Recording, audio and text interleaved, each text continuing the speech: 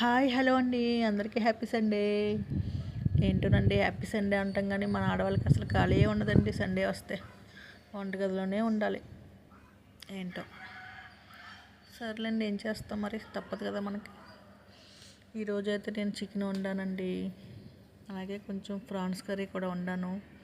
చిన్న ప్రాన్స్ తీసుకున్నాము, అది వండానండి కర్రీ. ప్రాన్స్ మా పెద్ద బాబుకి ఇష్టం.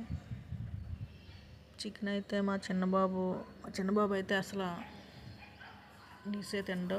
కాకపోతే చికెన్ కొంచెం జ్యూసీ మధ్యలో వేసుకుంటున్నాడని మళ్ళీ చికెన్ వండాను. కొద్దిగా వెజ్ బిర్యానీ చేశానండి. అలాగే రైస్ కూడా కొంచెం వండాను. నాకు రైస్ ఉండాలి, బిర్యానీ పెద్ద ఇంట్రెస్ట్గా తిన్నాను నేను. కొంచెం రైతా కూడా చేశాను. ఇంకేంటండి, నచ్చితే లైక్ చేయండి. మీరు ఏమనుకున్నారో కామెంట్ చేయండి. ఓకే, బాయ్ అండి.